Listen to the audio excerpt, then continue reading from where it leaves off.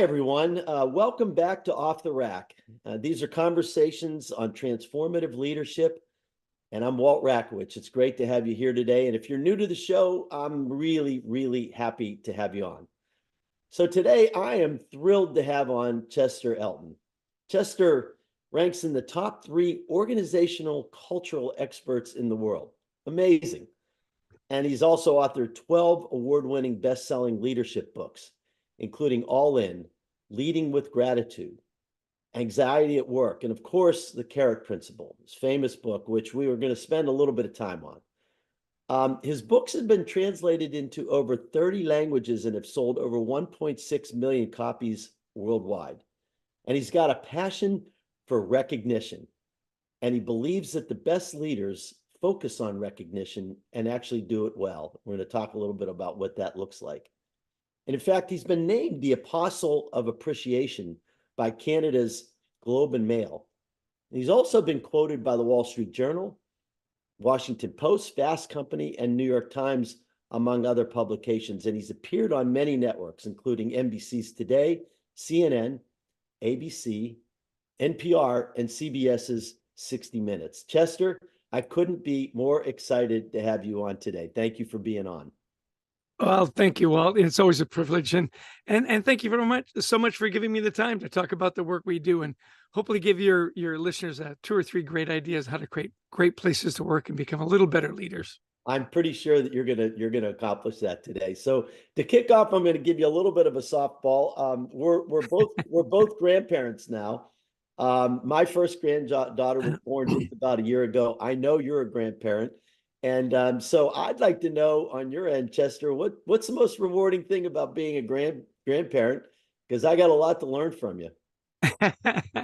Well, thanks, Walt. You know, we have 3 grandchildren. We've got 2 little boys and a wonderful little girl. They're 8, 5. We just had a birthday this week, actually, with little Clara, and 3, and 1 on the way. So we're very excited about that. We've got a growing brood of grandchildren. You know, well, I think the best thing about being a grandpa and having grandkids are the hugs. You know, there's nothing better than a little kid that runs up to you and gives you a great big hug. I don't know what your grandpa nickname is. Mine is Pop Up. And Pop Up, and they come running up and give you a big hug, and that's the best part. And the other thing that I love about being a grandfather is it gives you that second chance to correct all the mistakes you made as a parent. Oh yeah. You know, you're a little more patient, you're a little more kind, you know, you've got a little more time. And so I really appreciate the chance to have a do-over. Yeah, me too. You know, not to have a do-over, I shouldn't say, but I really am appreciating being a grandparent. I'm kind of learning as time goes on. My name is Pappy. Oh, good. By the way, I read something. I read something about your grandfather journaled. He journaled, and you read that, or you read through his journals, and it started you journaling as well. I'm kind of curious. I had just read that as an aside. So do you journal literally every day, or do you journal weekly? I mean, how often do you do this? Yeah, I probably journal 3 to 4 times a week. Wow. I have a gratitude journal that I do every day. In fact, you know, you and I were talking before we went on. We just published the Gratitude Habit, which is our own journal. It's so funny because I was using all these other gratitude journals, and I said to Adrian Gostick, my co-author, this is insane that we don't have our own gratitude journal. You know, that we're the apostles of appreciation, the gurus of gratitude. So I know we're doing some video here. Oh, It's love it. available on Amazon in March. It's a 90-day journal to a more grateful life. And so this journal I literally do every day. You know, 3 things I'm grateful for in the morning, 3 things I'm hopeful for, a little positive affirmation. I'm a real fan of quotes, so we put, you know, inspirational quotes at the top of a page, and then how you end the day. I'm a big fan of tokens and rituals, and in fact, my wife and I have a lovely little ritual. We at the end of the day, we ask each other, "What are your 3?" And we talk about 3 things we're grateful for. Over and above that, I do. My grandfather was a great journaler. I started actually in high school to keep journals. I have well over 40 journals in my collection. I just started a new one. You won't be shocked, Walt, it was a gift from my brother. It's orange, which of course is our favorite color. Yes, of From the course. carrot principle. And yeah, I love the exercise of just putting pen to paper. I know it's kind of old school at this point, and putting down your thoughts. One of the things that we discovered, I always say we, it's me and Adrian, we, are partners on everything, is that great leaders were very reflective, and they took time at the end of the day or the end of the week, the end of the quarter.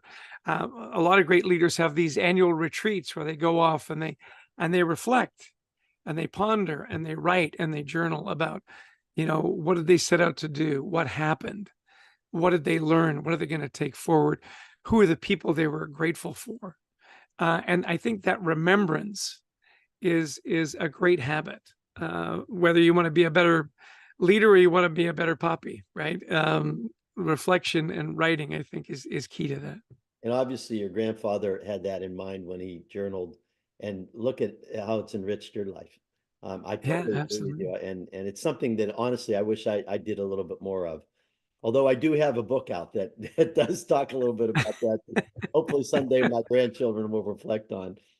All right, so Chester, kind of get us started a little bit. Let's talk about you and your passion for the work you do. And I've not met many people more passionate than you.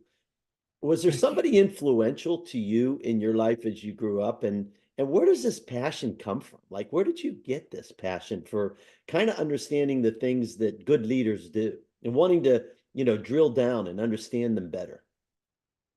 Yeah. Well, thank you. It's a great question. I grew up in a ridiculously happy household. And when you grow up, you think everybody's family is like your family. And then I realized as I got older that I was really, really lucky, very, very blessed to have parents that were crazy about each other, madly in love. My parents were married for 65 years. And my dad was just very optimistic. He learned from his father to assume positive intent about people. That I rarely heard my father be critical of anyone. He was a happy guy, and he was a joyful guy, and a great storyteller, as was his father. So I think I come by it, quite naturally through my genealogy. I have 4 older brothers that are amazing, and very much the same. Very optimistic about life, great storytellers, and passionate about just making life interesting and fun. I think one of the lessons I learned from my parents, and my mother in particular, was to be curious and to do lots of different things. We were very much a tennis family, so we played tennis. When I was in high school, it was a smaller high school in West Vancouver, BC. I played on every team that we had. I ran track, I played tennis, I was on the ping pong team. If there was a game and they were keeping score, I wanted to play. Over and above that, we all played a musical instrument. We all were in the band. We all tried out for theater and so on. And the spiritual component, I think, is very important in our lives. We went to church regularly. We made sure we were of service in our neighborhood. We volunteered. So that passion for creating a good life and a happy life, I think, is very much rooted in my father and his father. I want to tell you a story that I tell often about my dad that I think really sets the tone. When he passed away, he wanted his funeral to be a celebration. He said, don't sing no sad songs for me. I lived a great life. I married the love of my life. I raised 5 great kids, I didn't get shortchanged. He died at 87. And I remember him when we got together as brothers, we had this little conversation. Said, what was the biggest lesson that you learned from Dad?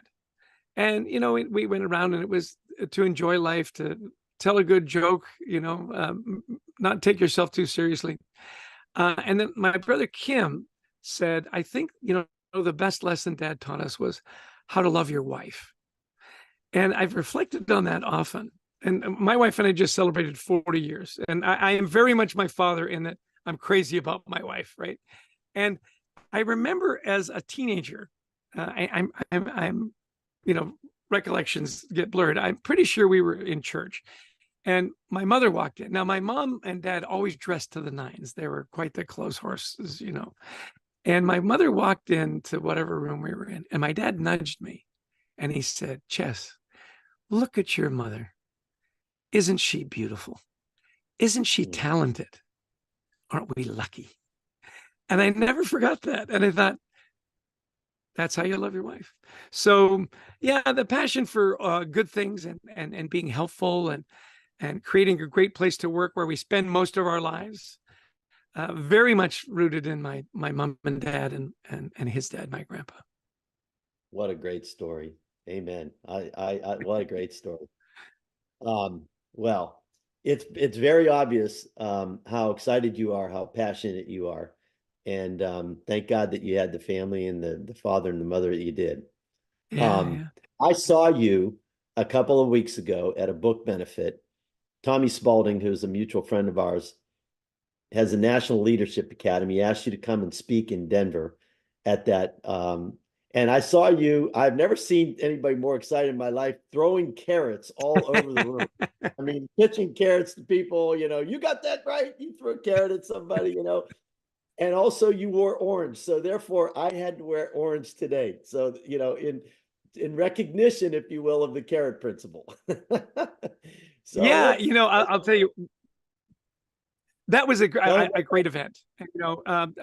Tommy and I have known each other for a long time, and it's really interesting that we don't talk often. And yet, when you have friends like that, time doesn't matter. You Right. reconnect immediately. And he called me and said, "Hey, I've got this book benefit. I can pay your expenses. It's for a noble cause. Will you come?" And of course, I immediately said yes. I mean, I looked at the calendar and made sure I could make it, first and foremost. Right. The thing that you talk about, Walt, that we have a lot of fun with when we present, when we coach, when we teach, is this idea to reward participation, to reward people that give you their opinion. This whole idea of psychological safety and creating places where people's voices are heard. And when they come up with something, do something well, that you reward them. And so our metaphor, as you've mentioned with our book, The Carrot Principle, is the carrot. We even have a mascot, Garrett the Carrot. And I'm I always love it. amazed at what people will do to win this carrot. Whether we're playing Name That Tune or, hey, has anybody got an idea? People launch themselves out of their seats, which is an affirmation to me that it doesn't have to be a grand thing. It doesn't have to be, a trip to Disney World. It can be a carrot. Now, I happen to think that this is one of those things that people really do want because he's joyful, he's fun, named him after my youngest son, Garrett the Carrot. And that just brings a smile to people's face. Now, we always have fun with a purpose. And I hope you came away with that when I presented this. We have a lot of fun. We use humor. It's always with a point, though. And the point is will this help you remember this principle and inspire you to actually apply it? Yeah, so we have a lot of fun. Well, first of all, I'm wearing orange today because it made such an impact on me. But I want the audience to understand, you talk about the carrot principle as being an acceleration tool.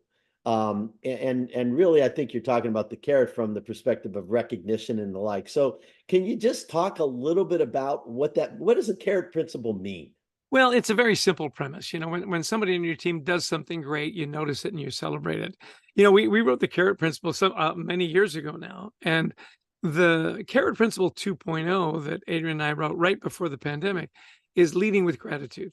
And I think there's an evolution in our work from, when you think of recognition, particularly in the workplace, we tend to think of more programmatic things. It's a plaque, it's a celebration, it's a trophy. Gratitude, I think, goes a little deeper. That's more the emotional connection, person to person. Lives of gratitude, I think, are lives that are enriched in many ways, and we'll get into that a little more. As we took a deeper dive on culture, our definition of what we call an all-in culture is that people believe what they do matters and they make a difference, right? So there's purpose behind your work, and you can connect the dots between what you do and fulfilling that vision, mission, and purpose. I always add to that too. And when I make a difference, somebody noticed it and celebrated it. So it's the old Aesop's fable, right? With the man on the road with the donkey, and he's beating him with a stick and he can't get him to move. And Aesop says, "Have you tried a carrot?" And he puts the carrot out for the donkey. And of course, the donkey immediately is engaged and moves forward. So we talk about a culture of gratitude, more carrots, less sticks, right? more listening, more coaching, more teaching, more reward. And, ever has it been so, right? I mean, you know the old saying, you attract more bees with honey than vinegar. I love all those old sayings, by the way, because they're true. The reason we remember them is because there's wisdom. So that's where Yeah. the carrot comes from. More carrots, more positivity, more gratitude, less anger, less blaming, less scapegoating. It's interesting, Chester. I one time had a boss who, and I was doing, working dog years. And he came up to me one time and he said, Walt, I want you to take your wife on a weekend trip anywhere in the United States on the company. Wow. And it was just completely out of the blue. And you know what? I never worked harder and I never forgot it. And those are kinds of things. I know that you can't always pay to take somebody on a weekend trip someplace, but isn't it amazing how even today, this is probably close to 30 years ago now. I remember that. Yeah. And that's the point, right? And what was the message? Sure, appreciate all the hard work you've been doing. And you know what? I don't want this to sacrifice anything in your family life. So, and by the way, the message is tell your wife how much we appreciate her sacrifices for you, working so long. I'll tell you, I had a similar story, not quite as dramatic. I had a leader that I was on the road a lot in the work I did, whether it was in sales or it was, speaking and drumming up business for the company. He sent my wife 24 orange roses to the house with a simple little note that said, Heidi, thanks so much for taking care of the big things at home. So Chester can do big things on the road for us. The sacrifice isn't lost on us. Enjoy the flowers. All the best, Kent. It was Kent Murdoch. And it was so funny because we wrote a book called The 24 Carat Manager. So he had 24 roses, right? And of course, orange, our color, they were orange roses. I always joke that they weren't red roses because that would have been inappropriate. Right? That would have been inappropriate. Yeah. I didn't realize they made that there were orange roses. Oh yeah. Chester. They're beautiful. Absolutely. You should give them a run. So in your book, Chester, you talk about the difference between satisfaction and engagement. Right. And you kind of say as a leader, it's sort of dangerous just to be satisfied with only satisfied employees. That in fact, the goal is to have engaged employees. Right. Can you talk a little bit about that? Sure. I mean, think about this just in your personal life, or let's go to business. Would you rather have satisfied customers or engaged customers? What's the difference? Well, a satisfied customer says, yeah, I bought your product. It was okay. An engaged customer says, I bought your product. It was amazing. And I'm telling all my friends, right? So we took a look and said, so what is it that engages employees? And it was really interesting that learning and well-being was number one. Am I learning? Am I growing? The number two determiner was trust. I trust my leaders. I trust that what we're doing is ethical, that it's going to be helpful not only to our customers, also to our community and each other. And the last one was really interesting, was pride in the organizational symbol. And we found that really fascinating. Like, I'm proud to tell people where I work, who we are. I'll wear the baseball cap with the logo. I'll wear the pullover, So that was fascinating in driving engagement, and the benefits from that. Operating margins were twice the norm, and profits and so on. What we took a deeper dive on is what were the drivers of those drivers, right? And in pride in the symbol, it was alignment. Like, my values aligned with the values of the company. The driver of trust was communication. I knew what was going on. I knew, where we'd come from as a company, where we were, what the challenges were, where we're going, right? And that was very clear. There weren't any mysteries. We did some really interesting work on anxiety in the workplace, and the number one driver of anxiety is uncertainty. Uncertainty is, correlated with lack of information, right? The one on well-being, though, and development, right? The number one driver was gratitude. Isn't that interesting? That I worked hard and I was recognized. Now, often we think, I'll recognize you for your work. It's like cash, right? It's a bonus. It's a raise or whatever. And that actually was not the case. that money ranked very low when it came to recognition. Money's a huge satisfier, right? Got to pay my bills, want to send my kids to college, go on a vacation. Gratitude was simple things like calling people out in a meeting and celebrating their success. Handwritten notes ranked very high, which again is very old school. I think has even more impact now because nobody does it, right? Right. They're rare, and so they're a little more valuable. Things like that, giving people time off to be with their families.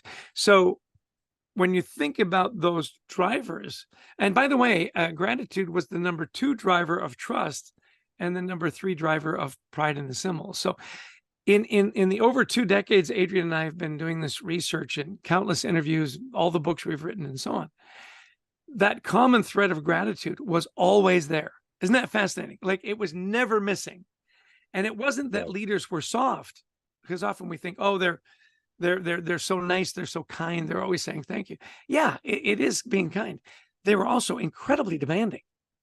You think of the best leaders you worked for, or if you played sports or you played an instrument, your mentors, your teachers, the ones you remember the most weren't the ones that were easy on you. They were hard on you. And yet you always knew that they cared about you, that they were going to celebrate your successes, and they had your back. Am I tracking with you on this, Will? You're totally tracking with me. And just so everybody knows that is watching today, there are 125 recognition ideas in this book. And it's just amazing. And I started looking for them and I'm thinking, oh my God, I never thought about that one. Oh my God, I never thought about that one. I mean, there are just some amazing ideas that you all put in that book. Thank you. Yeah. Yeah. So Chester, I'll tell you another thing. As a former CEO of a public company and an executive throughout my career, I got to admit that I have suffered many times from what you call carrot phobia, which is basically that's an excuse for why we don't recognize our employees or our associates more. And in your book I think you list 23 of them, Right. but I'm just gonna talk about 3 that sort of hit me. Okay. First, isn't money the ultimate recognition tool? We'll catch up with them raise time. So why recognize them today? Okay, Chester, why is that flawed? Yeah, as we just said, money is a great satisfier. It's not a great motivator. When we asked people what they did with their last cash bonus, you know what the number 1 answer was? What? Paid a bill. Now, Right. what is memorable about paying your phone bill, right? Or, you get a raise. Well, the average raises are in the single digits, I mean, 2 to 3%. And how long does that yippee last? You go, whoa, and after taxes and FICA and everything, it's nominal. So while it sounds, and it's very easy to do, by the way, we'll shoot them $100 unless it's really significant. For example, we've got a wonderful client, Texas Roadhouse, and they have their annual getaway. They bring all their managers and their assistant managers, and they go to these wonderful resorts in Hawaii and Florida and so on. And they have competitions for a lot of their line workers, like their meat cutters, and they have a big meat cutting contest. And the number 1 meat cutter, well, he or she gets $10,000. That's significant, right? Mm-hmm. The little things along the way, we'll throw them a couple of more bucks, really doesn't last very long, right? And if I look and say I paid a phone bill with it, or I paid my gas bill, I mean, yeah, I guess that's nice, but unless I get another bonus the next month, it's pretty fleeting, right? It's pretty fleeting. Yeah, okay. I agree. Well, for example, Second one. I just want to mention that. So you remember this trip 30 years later that you took. I remember the roses that my boss sent me, again, 20 years ago. Right. I guarantee you, if Absolutely. he had just sent her a card with a $50 bill in it, which is probably what the roses cost, we'd never talk about it. No, I agree with that. Okay, the second one. If I recognize too much, it will lose meaning. What's the problem with that thinking? So you'll remember this from the presentation at the book benefit. This is where I get the most pushback. It's like, if you say it too much, it'll lose its meaning. So I asked the audience, you'll remember, I said, so raise your hand. Who here right now is madly in love? And, people put their hands up. I said, madly in love and still happily married. And we bring that person up on the stage, and I ask him, I said, so you're madly in love and happily married? They go, yeah. And I go, same person? They go, yes, which is always key, right? You got to make sure it's the same person. Right. How long you been married? 15 years. Great. How often do you tell your spouse that you love them? Oh, multiple times a day. So, well, that's ridiculous. Clearly, it's going to lose its meaning. I mean, wouldn't it be better if you just had a year-end banquet and loaded it up and one time a year said to your spouse, love you, love you, love you? Wouldn't that be better? They go, oh no, that'd be horrible. I said, why? I said, well, because, you need to hear it. You want to hear it. And I said, and when your spouse says, I love you back, how does it make you feel? So it makes me feel great. Can you hear it too much? And the answer is always no. So in our personal lives, we get it. You wouldn't dare say, honey, in this relationship, I want you to know that once a year, I'm going to tell you I love you. Now, I'll give you notice, put it on the calendar, December 15th, and we'll go out to a nice restaurant. In the workplace, what happens is there's a little difference, is we're too general in our praise. And we think by just saying, great job, we're satisfying that I recognize someone. So we talk about in the workplace specifically that you need to be frequent, specific, and timely. So the frequency needs to be there because I want to know, am I on track? Am I on track? And by the way, we know with the newer generations coming in, because of video games and so on, where you get hundreds of affirmations a minute, that it's really important for them tracking, right? So frequency is high. The specificity is what you really need. Is it was a great job. Why? Like, why are you saying that? Well, I saw how you handled that customer. I saw how you made sure we hit that deadline, right? I saw how you brought the team together to really make sure that we delivered on our promise. So that specificity is very important so that I can replicate that behavior again. And then the sincerity part, see, the specificity helps you with that, right? Because if I just say, great job, we say general praise has no impact. None, right? Now, if you're married for 15 years and you wake up in the morning and say, honey, I just want to know how much I love you. Well, she knows exactly what that means because you've got a 15-year track record, right? And then frequent, specific, and timely. Do it now. Don't wait till the end of the year or end of the weekend. You think you'll remember, you won't. And the more time that goes by, the less impact it has. For example, when's your wedding anniversary? April 8th. April 8th. I'm glad that you could answer that right away. Good for you. I know. No. So April 8th, if you forgot your wedding anniversary on April 8th and on April 21st, you went, oh my gosh, happy anniversary, what would the reaction be? Probably not good. Yeah, you knucklehead. I mean, you're late, right? It's the same in the workplace. If we've really worked so hard, we hit that deadline on the 8th. And you waited 30 days before you said, hey, by the way, I've been meaning to tell you how much I appreciate you hitting that deadline. You'd kind of go, well, first you say, which deadline was that? Right?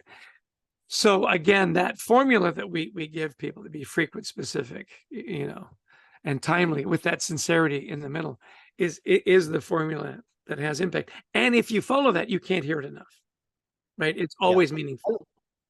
I really resonate with the specificity, because if you are specific and you're saying this is for this, right, then you can, there's a lot of thises that happen in the future as well. And so it helps you relate that gift or whatever it is, that recognition, to the things that you do. That makes a lot of sense to me versus general recognition. Right. And it reminds you that it's okay to do that again.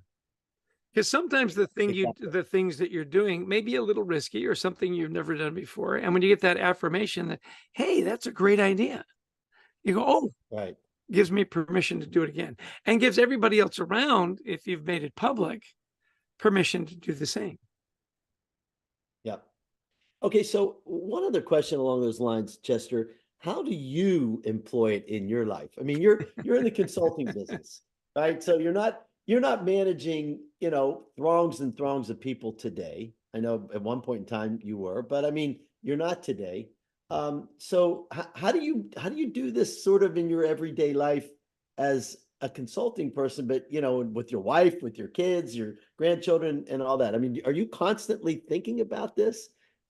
Giving them recognition for the things that they do? Oh, absolutely. I mean, you have to take your own advice, right? Or what's the expression? You have to eat Right. your own dog food, right? Sure. No. So I'm a huge fan of tokens and rituals. Why we wrote the gratitude habit, right? A reminder to how do you start your day? How do you end your day? My wife and I, at the end of the day, what are your three? I have a really fun ritual I've been doing for a couple of years now, and I literally carry rocks in my pockets. And I'll share with you why I do that. I found this great little company that creates gratitude stones, and they Okay. create these wonderful little river rocks. They're all different sizes and different colors, and they simply etched gratitude on it. And so when I see somebody that's doing a great job, and I always kind of think, I wonder when was the last time somebody thanked them, right?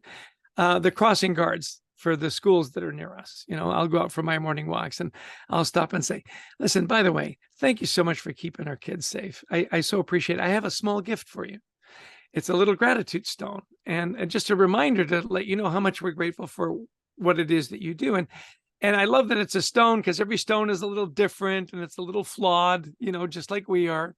And yet when you toss a stone into a pond, it causes the water to ripple. And that's the power of gratitude. Gratitude ripples. So I said, I hope this brings you good luck, and that every time you see it, you'll be reminded of how much we appreciate the work you do. Well, Walt, that takes what, like a minute to say that? You would think that I had given that crossing guard a Fabergé egg, right? I go to hockey games all the time down here in Newark. I'm a big New Jersey Devils fan. And the police officers that do it, and it's bad weather and whatever. And I say, can I steal you for just 30 seconds? I want to just give you this little token to tell you, my gosh. And my wife is so funny, because we'll go out to dinner and we'll have a really engaged, cute, waiter or waitress. And at the end, I'll say, hey, thanks so much. You really made this meal fun. I have a little token for you. And she always laughs. She goes, I can't believe how people react to it. It's a rock. You're giving them a rock. And she said, I'm always amazed every time they go, are you kidding? Oh, thank you so much. And then every now and again, it's really interesting. Well, they'll say, I can't believe you gave me this stone. I said, really? Why?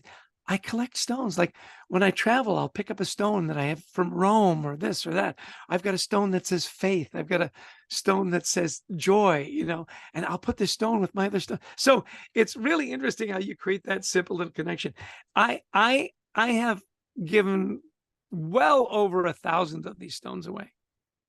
Oh And my gosh. yeah, and 99 times out of 100, they go, wow, that is so thoughtful. Every now and again, somebody will go, cool, thanks.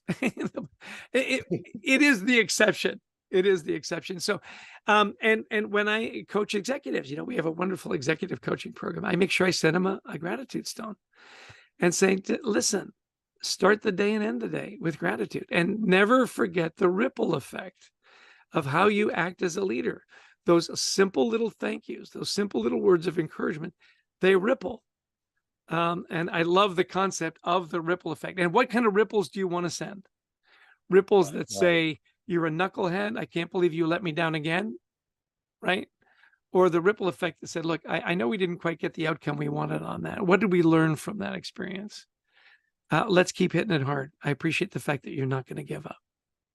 Whole different atmosphere. And the cool thing about that, Chester, is that you actually have it in your pocket. So when you're walking around, you feel it. And so you know that you got to find somebody to give it to. Does that mean, it's almost like a reminder. Yeah. I'm sort of a big believer on the little things. I really do believe that the little things can make a difference in people's lives. The little things from a gratitude perspective. And you've just hit on one that I think is really, really great.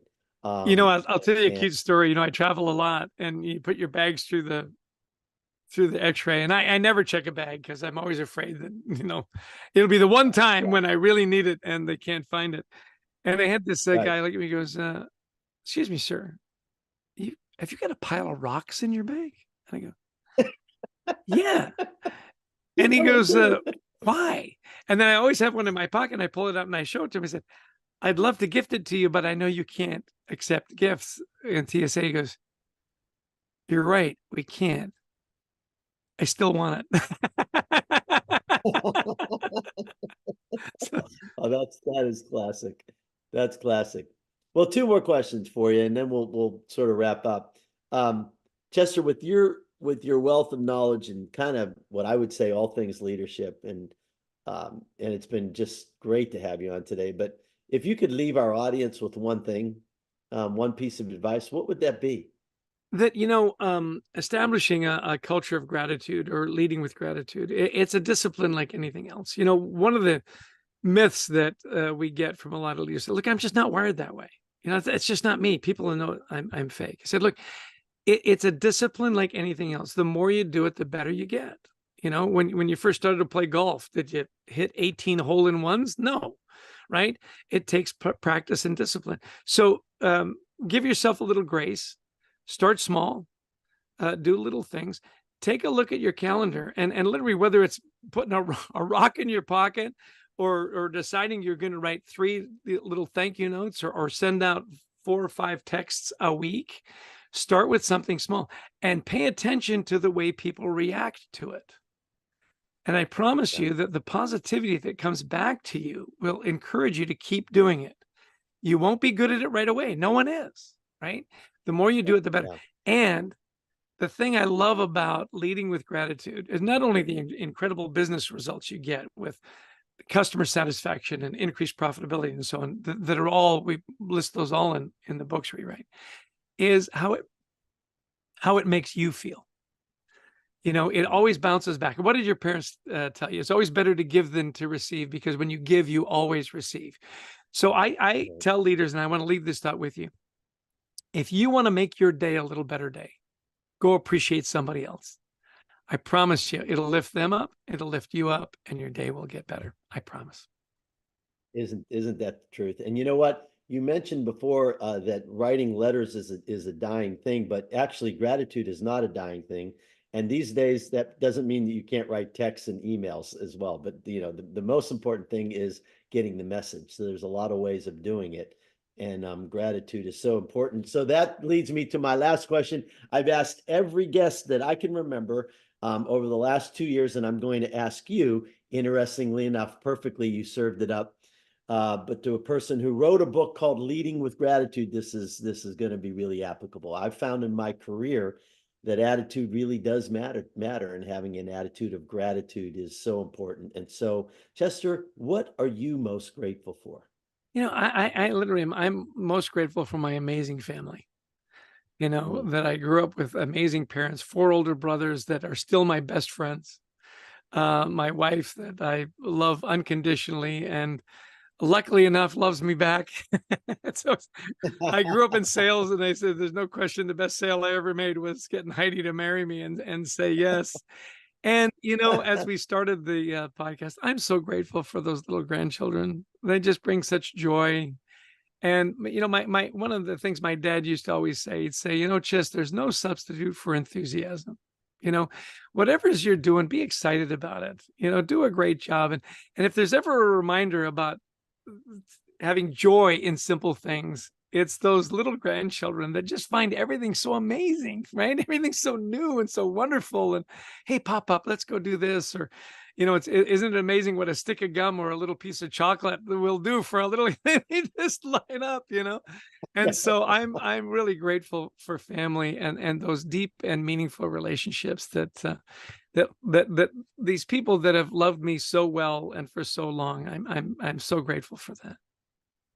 Well, Chester, I just want you to know that I am really grateful to you for being on the show today. So thank you so much. Man, did I learn a lot. And your books are absolutely fabulous. And every leader really should be looking into them and reading them. And I'd like to thank everybody who decided to join us today. I'd like you to make sure that you take a look in the future, keep an eye out for Off the Rak interviews, and check out my LinkedIn newsletter called Off the Rak Plus, where you can find lots of different things, previous episodes, resources, transcripts, all those sorts of things.